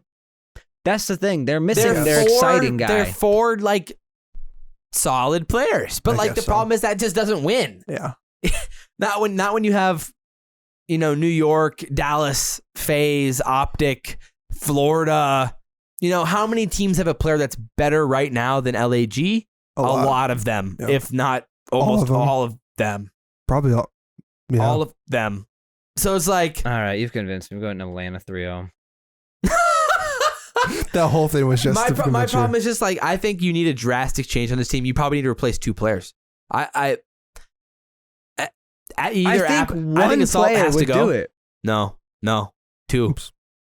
I would I mean- say Assault and either Apathy or Silly. But and you need Not to bring in 2. Apathy, dude. I know. That's what I'm saying. And like Apathy, I think is better than a lot of the other like quote unquote role players in the CDL. Yeah. But the problem is if you're trying to rely on Apathy being your main slayer, Mhm. it's like it just doesn't work. It's like why Seattle failed last year. They were relying on Slacked being a main slayer. Mhm. It's like it just doesn't work. No. You know? So It could. that's kind of my thing. But Yeah. I don't know. No, I get it. stick with they need an exciting guy. They need somebody to give them some more hype. They're hype, Yeah. but it's very internalized. They need For somebody sure. who's just going to be like, you know. Hey man, unless you bring you Exactly. on. They should. That you, I mean, Just you could be just a little somebody who could be fun, you know. Yeah, Even like with for Rokkr, sure. they bring on Standy. Like none of them are like. I mean, they're They pretty should just hype like bring on guys. like Paul Davidson. Paul Davidson, the new main AR for the LAG. For LAG, bring in the vibes. The vibe. The The Vibe vibes. Squad. But anyway, we already like an hour, 20 minutes in, and we have so many more matchups to do. Frank, we are on pace for our longest episode of all time. Hooray. All right, Paris versus Florida. We all went Atlanta 3-0, by the way. Yeah. Paris versus Florida. Interesting matchup here. Paris, It is. I've lost all confidence. That sucks, dude. They were I've looking lost all good. confidence. They're looking good, but I didn't have any confidence in the first place. I did. That's why I picked against them. Yeah, you did. But I don't know, man. Rex, thoughts on Paris? Has Florida figured it out though? Yes. I mean, I'm not totally anti-Paris right now. I still think Aqua's astounding. I think Fire He's been has playing been great. Fire's been a little bit lackluster. Scraps disappointing. even has been lackluster. Classic and Aqua have been pretty good. But Fire will have a map where he's good, but then Scraps cannot do anything. Then Scraps have a map where he's good, but then Fire can't do anything. It's like when one does bad, one does really bad, the other one does well. It's like you need somebody who can just do normal and somebody do well, at least, you know? But they can't seem to find a balance. Yeah, no, literally, it's been bad. I'm going to go Florida 3-1. I think I prefer Florida basically in all 3 game modes, but Paris generally takes a map. They've been pretty good at that this year. Yeah. And I could see it taking a control or S&D. I mean, really, or hardpoint. But it could be a hardpoint. I just don't see them taking it to a game 5. I'm pretty confident Florida's going to win this.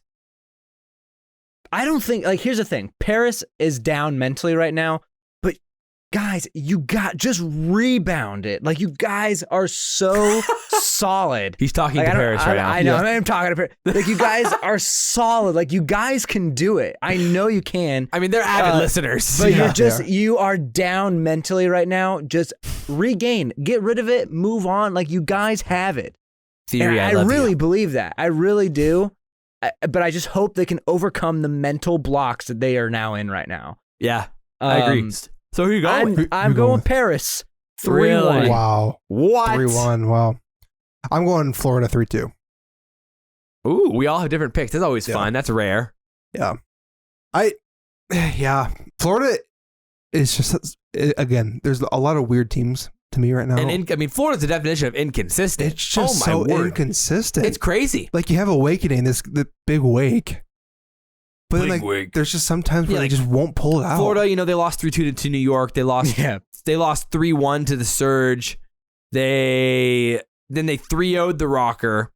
Then 3-0'd OpTic. They 3-0'd OpTic. So I was like, where do you put that? Don't know. That's the thing. And like, they didn't play Standy Rokkr. And interestingly enough, Awakening hasn't. I think it's honestly a good sign that they've been winning without Awakening like dominating. Going like crazy. the last 2 matchups in their 3-0s, Awakening hasn't had to go like 30-10 for them to win. It's been much more balanced. Neptune's played very well. Yeah. And that's been a good sign for them. So Florida 3-1, you went Florida 3-2, Paris 3-1. All right. Seattle versus Minnesota. Oh my gosh. The Rokkr. I mean, both of these teams have been great. Yeah. Seattle's looked great, man. And like, they're finally playing some good Call of Duty. It gets me pretty excited to see. Octane's played great. He has one of the best kitties in all of Search and Destroy. Mm-hmm. Sam, where are you at with this one? Man, this is gonna be the London v Subliners match of last week. That match was phenomenal, by the way. This is a really fun match. We're learning so much about both these teams here.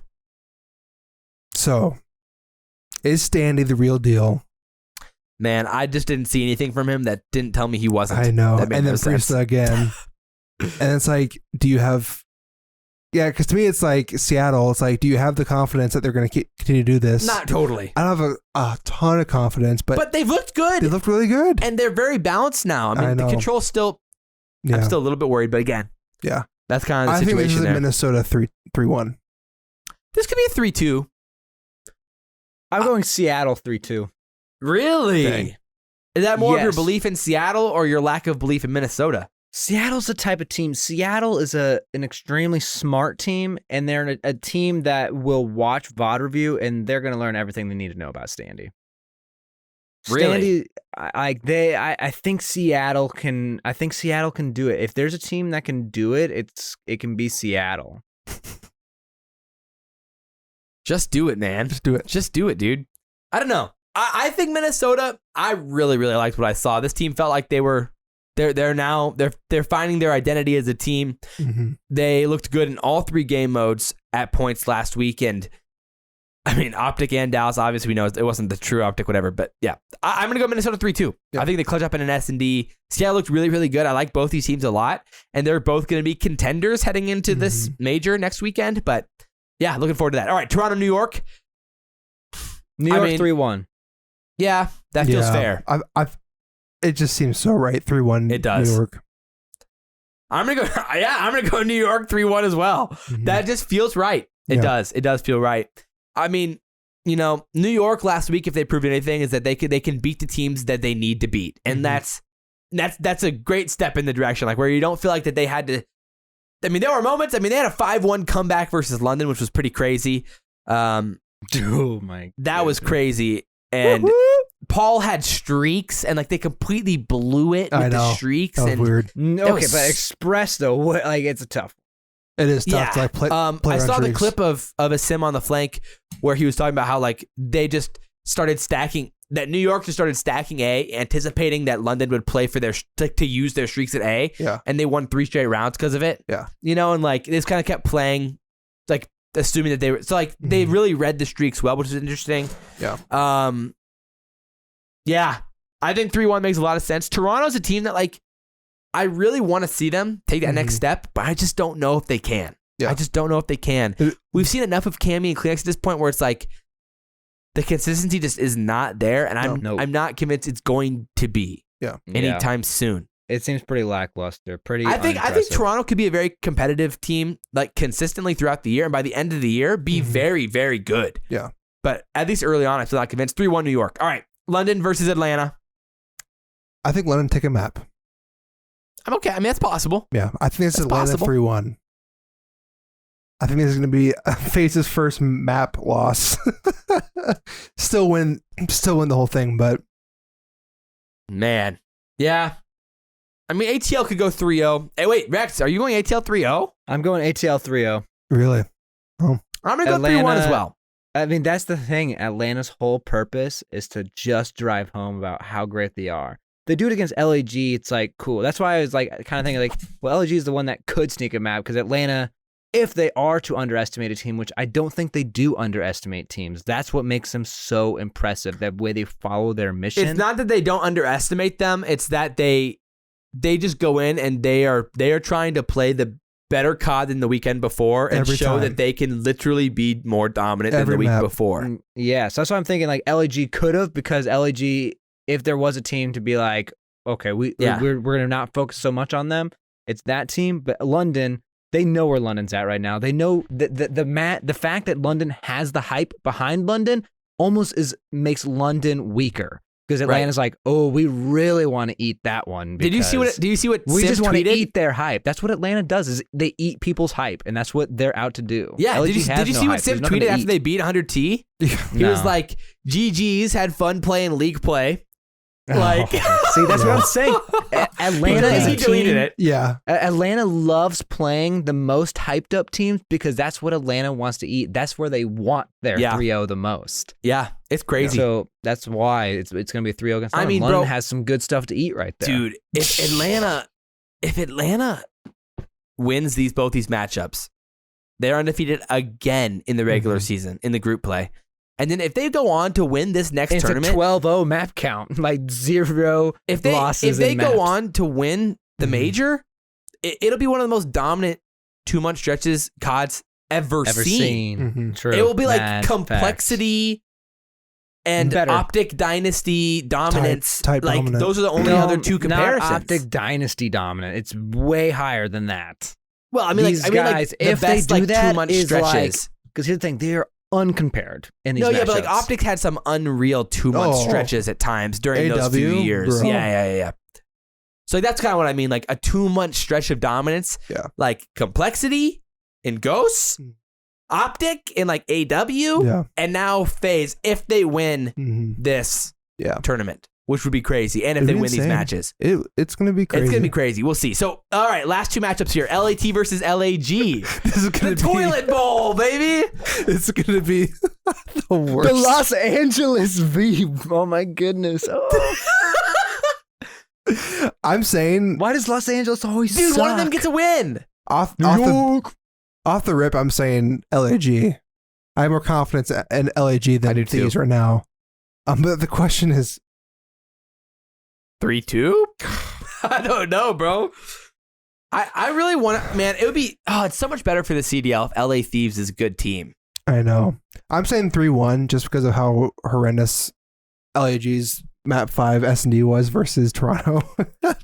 Man. So like, they might just close it out in that game 4. But man, this is just going to be an interesting match. I'll go LAG 3-2. But there is like is there a world where they figure it out? There is. There is. I mean, another week. I mean, there's a world where they come out and they play great. I think there is. With Venom. It's possible. Yeah. But not like a high possibility, but it's possible. the pressure is on hard for LA Thieves in this matchup. That is true. Although I think it's on for LAG too. I mean, more so for LA Thieves. LA Thieves has a bigger platform and more at stake, I guess you could say. 100%. I get what you're saying there. Like, LA I don't know, Thieves man. Is in a rough spot if they do not beat LAG. Yeah. I mean, I'm going LAG. LA Thieves right now is 1-3. If they're 2-3, I mean, like, it's still not looking good for you, you know? But you're trying to not finish in the losers, start in the losers bracket. So 2-3 would give you a chance if Toronto, who did LAT beat Toronto, right? Yes. So yeah, game 5. Yeah. So if Toronto loses, then LA Thieves would have the tiebreaker if they win this. So that's what you're looking for there. Yeah. LA Thieves has a lot to play for, and this match means everything. LAG doesn't really have a chance. So that's the question mark. I'm going LAG 3-2. 3-2. I'm going to go LA Thieves 3-2. Okay. LA Thieves 3-2. Don't feel good about that one. I'm not willing to place bet on that one. No. Want to bet, dude? No. No. I'm already eating 2 things, apparently. A handshake, the bet. The bet is that we have to handshake. If LA Thieves loses that matchup, that will be chaos. I'll do that. All right. That will be fires in the office. Like, easy. Yeah. Yes. No, literally. It's going to be crazy. Oh, goodness. And then we end this weekend with the Chicago versus Dallas finale. The rematch. This is where I mean, my initial instinct is that Chicago, this is the bounce back. I was going to say, this could be a 3-2 Chicago. Yeah. I think so. But it's like kind of weird because I'm saying that 3-1. They're losing to Seattle, but then beating Dallas. But they have a 3-day regain. It's on Thursday. They play on Sunday. Yeah. So it is a 3-day regain. So it's like, does OpTic bounce back and beat them 3-2? I'm going Chicago 3-1. 3-1, okay. Just because I think if it's a 3-2, I have a little bit more Dallas, faith in. They're both pretty right now crappy S&D teams. Yeah. But yeah, that's why. I'm going to go Chicago 3-2, but again, it's like, this could go either way. It could go either way. Dallas could win this 3-0. I mean, very, very possibly. It's not that crazy. This could be every combination. This is that quote-unquote blood match with Crim versus OpTic, right? Yeah. Where Formal and Scump do not want to lose to Crim. Crim does not want to lose to them. But not to mention the importance of this match potentially for their groups. Yes. Yeah. Because in our predictions, if we have Dallas, we have Dallas winning against Florida, but if Dallas was to lose against Florida, then like this could be Dallas not getting a bye and not start finishing in the top 2. Yeah. This could be Chicago finishing in the bottom 2 potentially. Yeah. Or like trying to fight their way into starting in the win. You know, there's a lot on the line here for seeding in the group, so it is important. I'm going OpTic 3-1, like I said. Rex, what's your official thing here? I'm going Dallas 3-1. That's fair. And you're going Chicago 3-2, Sam? Yeah. I don't feel good about that one. No. Obviously, one of the most interesting matchups of the whole weekend. For sure, dude. It's so hard to predict. It's like you don't really know what Chicago team you're going to get. And we're on a new meta. Here's my prediction. If Dallas were to lose, Dallas will win the first hard point like really hard. OpTic's going to get pissed. OpTic will then win the next 3 maps. Dallas, if they win, it's going to be OpTic will take like Dallas will win the first map, Dallas will win the S&D, and that's when you know it's over. Then OpTic will take into control, and then Dallas will just win the next hard point. Yeah, that's fair. But it'll be tight. For sure. It's going to be interesting. It's going to be a really, really fun weekend. Obviously, you know, it's hard to speculate on what this meta is going to be, so a lot could change by tomorrow, and it's hard to say. And so that's why we really didn't speculate on like the meta specifically with this like conversation, because we truly have no idea versus like the QBZ situation. Anyway. True. But all right, let's get into our final topic here. Intelligent or irrelevant? Let's go. Maybe.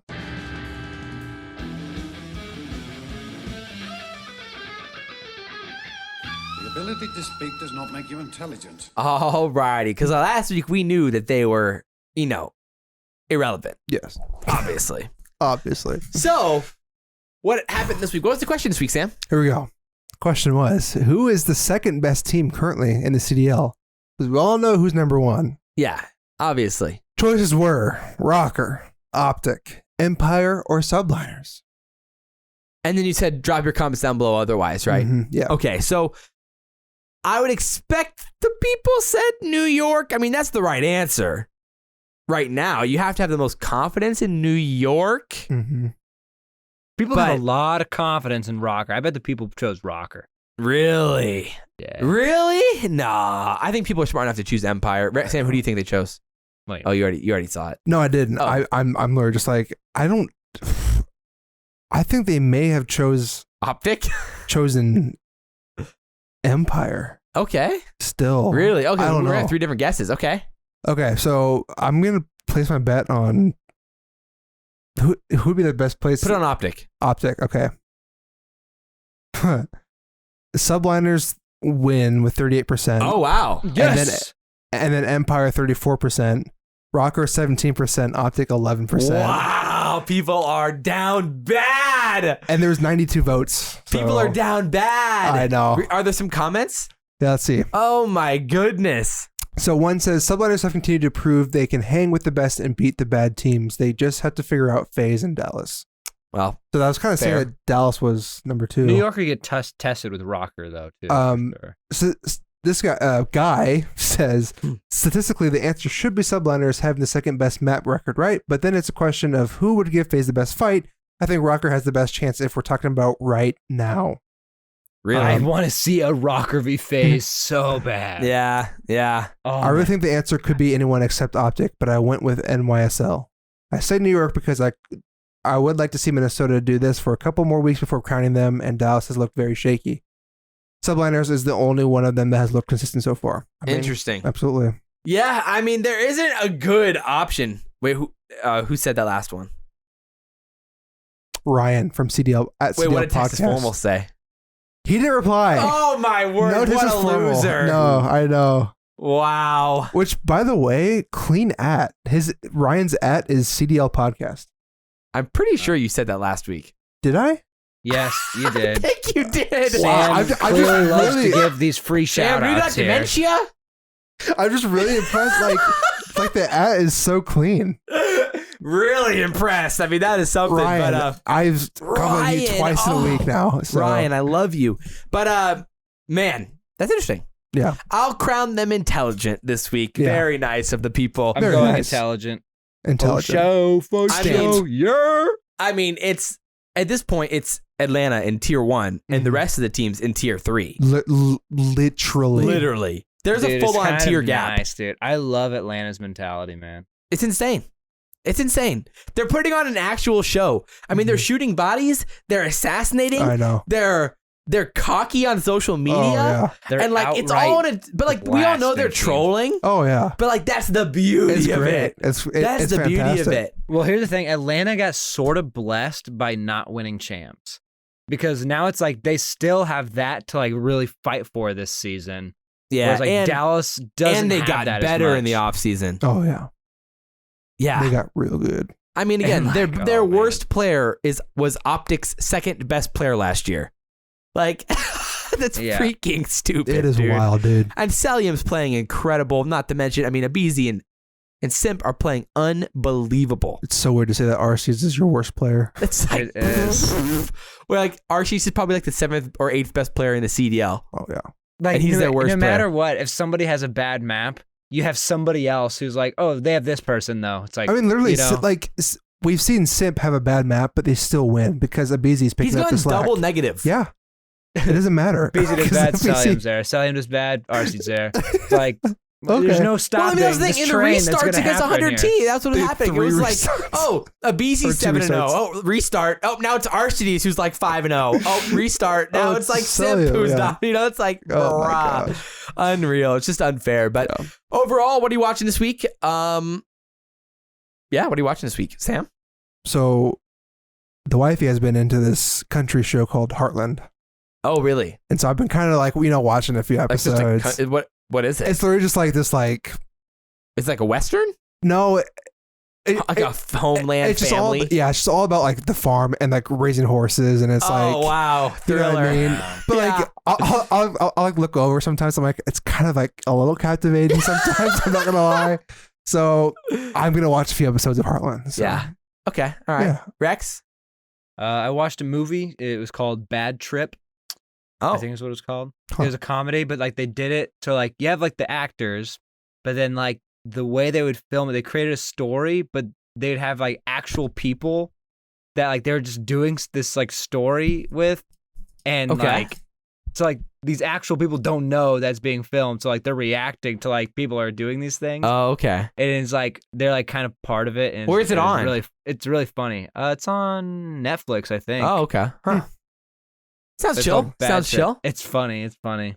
I'm still watching Captain Falcon and Winter Falcon Soldier. and Winter Soldier. That's been really good Pretty so good. far. First two I haven't episodes really started it yet. interesting. Yeah. So Yeah. And they're taking it a different way than I thought they were going to take it. So Okay. that's a good sign. that's good. But yeah, watch the Francis Ngannou fight on Saturday. That was lit. Knocking out Stipe. Woo! Oh, I was hyped for all you UFC fans out there. Oh my goodness, I was hyped. I saw some clips and tweets. I'm like, oh, He beat the crap out of him, bros. Francis Ngannou is terrifying, man. This dude, he shoveled sand for like 10 years as a kid every day after school. And he had to walk like over an hour to school every day for like 10 years. This dude's insane. That's And like insane. he just became a tank because of it. And like Wow. he's like, I want to fight UFC. And then and then just amazing. he had to legally immigrate to Nigeria and had to illegally immigrate to France just to have the chance to fight. Oh my word, Unreal. that's crazy. What a story. And then he got citizenship in France to then come fight in the United States. That's insane. Wow, what a story. Insane. And now That's he's a cool. UFC champion. Unreal. But That's cool. anyway, he was on Joe Rogan, so I was like, no free shout outs. No free shout outs, of course. Joe Rogan. Who's that? Get our free toss up, our free scraps, Joe Rogan. But no, it's crazy. It's insane. So I hope you guys enjoyed this episode of the Best of 3 Call of Duty Esports Podcast. As always, I'm your host, Josh. SalvationsElite to my right is Bash Bo3, and to our far right, per usual, is Rex Shady Nero. Drop all your comments down below and a 5-star review on Apple Podcasts. And guys, we will see you next time. We out. Yeah.